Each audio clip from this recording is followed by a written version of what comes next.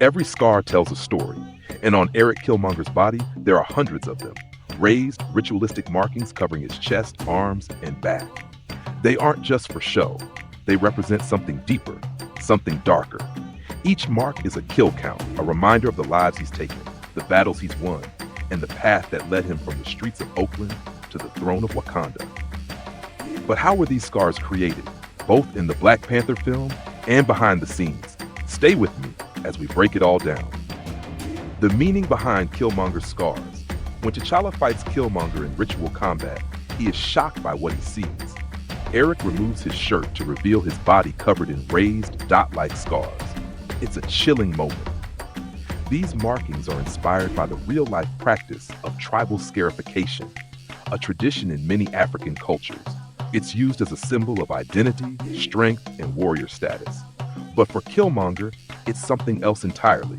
Each scar represents a life he has taken.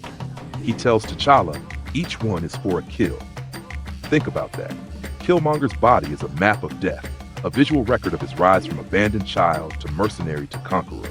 But how were these scars actually created for the film?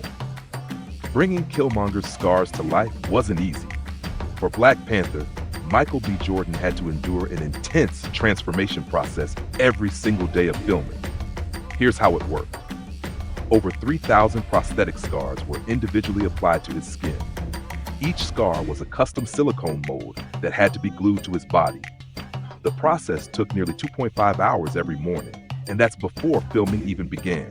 After long days on set, removing the scars took another hour using special dissolving agents. That means Jordan spent months covered in thousands of artificial wounds just to make Killmonger's look as authentic as possible. And it paid off.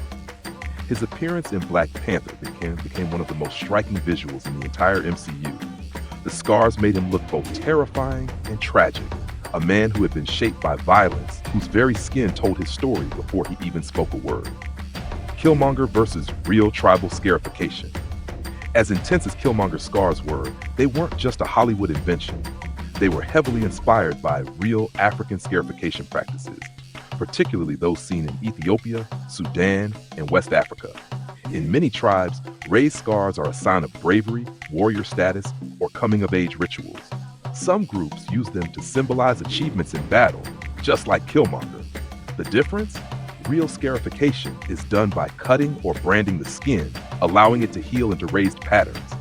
Killmonger, on the other hand, used self-inflicted wounds, each one carefully placed to honor a kill.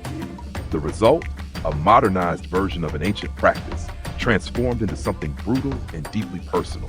Killmonger's scars weren't just a design choice. They were a statement, a representation of his trauma, his rage, and his unstoppable drive.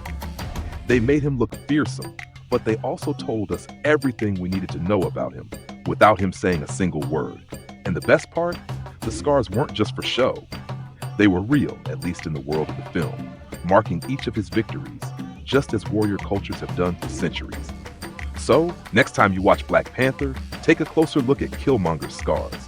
Each one tells a story, each one holds a memory, and together they paint the picture of a man who refused to be forgotten. What do you think? Were Killmonger's scars the most intense character detail in the MCU? Let's talk about it in the comments. And don't forget to like, subscribe, and hit the notification bell for more Marvel Deep Dives.